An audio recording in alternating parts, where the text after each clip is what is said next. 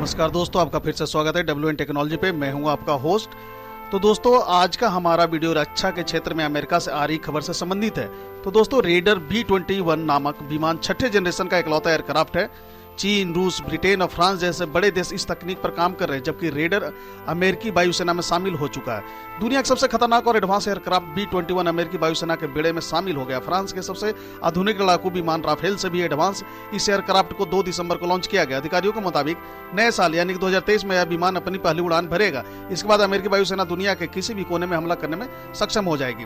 आइए जानते हैं इस खतरनाक लड़ाकू विमान की खासियत और राफेल के मुकाबले कितना है यह खतरनाक। यह बॉम्बर पारंपरिक हथियारों के साथ ही खतरनाक परमाणु हथियार भी दुश्मन पर बरसा सकता है। वायुसेना की तरफ से कहा गया कि B-21 भविष्य में बॉम्बर फोर्स की रीढ़ होगा, जिसमें B-21 और B-52 खासतौर पर शामिल होंगे।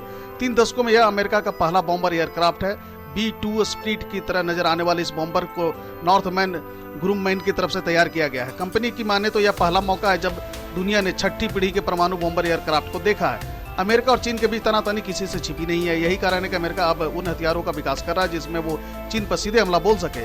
यूक्रेन में रूस द्वारा मचाई गई तबाही से भी अमेरिका परेशान है। यही कारण है कि वो भविष्य के हथियारों को विकसित करने में जुटा है। अमेरिका के सबसे नए परमाणु बम वर्षक विमान B-21 रेडर की पहली झलक दुनिया के सामने आई है, जिसे कई वर्षों में गुपचुप तरीके से तैयार किया गया है। चीन के साथ भविष्य में संघर्ष होने की सूरत में अमेरिकी चिंताओं को दूर करने के प्रयासों के तहत B-21 रेडर विमान विकसित किया गया है। इस विमान का निर्माण चीन से मिलने वाली चुनौती के मद्देनजर किया गया है। पेंटागन ने इस सप्ताह चीन के संबंध में अपनी एक रिपोर्ट में कहा कि चीन 2035 तक अपने परमाणु हथियारों की संख्या बढ़ा करके 1500 करने की दिशा में आगे बढ़ रहा है। इसके अलावा हाइपरसोनिक, साइबर युद्ध और अंतरिक्ष क्षमता में उसे मिली बढ़त से अमेरिका की राष्ट्रीय सुरक्षा एवं स्वतंत्र मुक्त अंतर्राष्ट्रीय व्यवस्था के सामने खतरा पैदा हो गया है।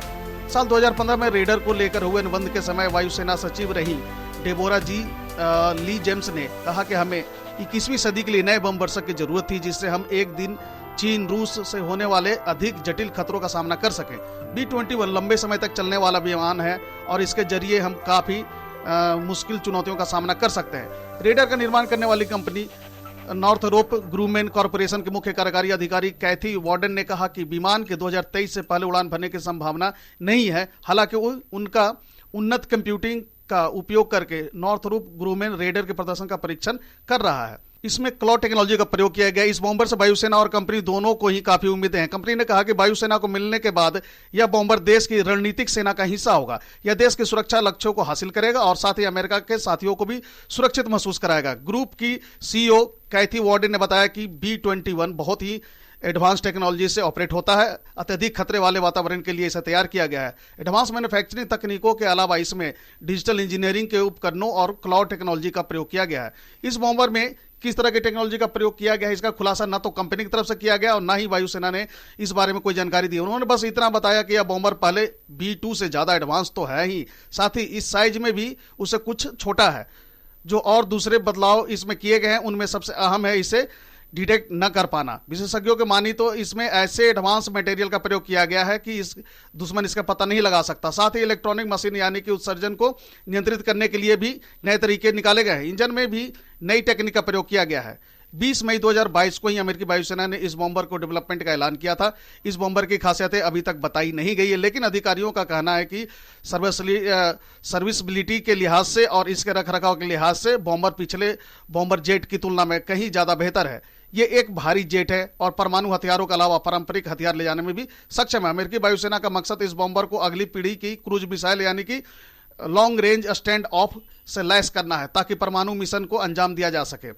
यह खतरनाक हथियारों से भी लैस होगा। यह वार प्लेन न्यूक्लियर ग्रेविटी बम को कैरी कर सकता है, जो कि B-61 फैमिली से आते हैं। इसे रेडर जेट भी कहा जा रहा है, क्योंकि यह दुश्मन के इलाके में घुसकर आसानी से मिशन को पूरा करके वापस लौट सकता है।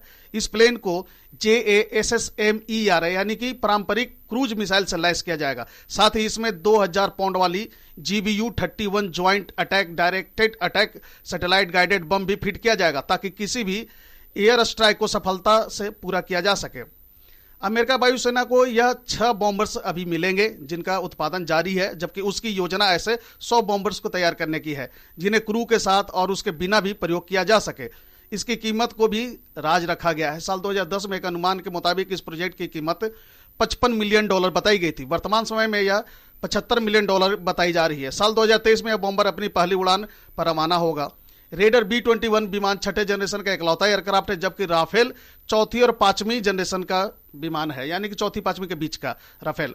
अभी तक अमेरिका को छोड़कर किसी देश के पास छठी जनरेशन का विमान नहीं है। चीन, रूस, ब्रिटेन और फ्रांस जैसे बड़े देश इस तकनीक पर अभी काम ही कर रहे हैं। दुनिया में अभी तक ऐसा कोई रडार नहीं बना जो रेडर B-21 को पकड़ पाए। इसका सॉफ्टवेयर इतना अपग्रेड है कि यह बिना भनक लगे किसी भी देश में हमला करके लौट आने में सक्षम है। यह लड़ाकू विमान अमेरिकी एयरफोर्स के B-1 व B-2 ग्रुप के एयरक्राफ्ट का अपडेटेड वर्जन है।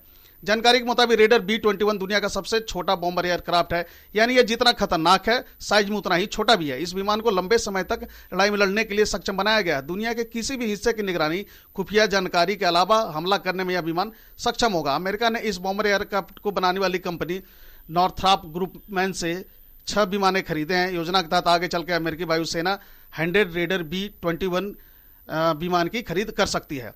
राफेल के मुकाबले रेडर B-21 बॉम्बर एयरक्राफ्ट काफी खतरनाक है। राफेल जहां चौथी और पांचवी पीढ़ी का विमान है, तो रेडर छठी जनरेशन का एयरक्राफ्ट है। वहीं राफेल की स्पीड 1912 किलोमीटर प्रति घंटा है, तो रेडर का 3600 किलोमीटर प्रति घंटा, यानी सीधा डबल घंटा की रफ्तार से उड़ान भर सकता है। यह विमान पायलट के बिना भी ऑपरेट हो सकता है।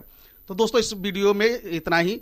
इसी तरह की इन्फॉर्मेटिव वीडियो और भी देखते रहने के लिए बने रहे हमारे साथ। अगर आपने अभी तक हमारे चैनल को सब्सक्राइब नहीं किया तो आपसे आग्रह है कि आप प्लीज मेरे चैनल को सब्सक्राइब करें, और वीडियो अच्छा लगा हो तो अपने दोस्तों के साथ भी शेयर करें। Thank you, God bless you.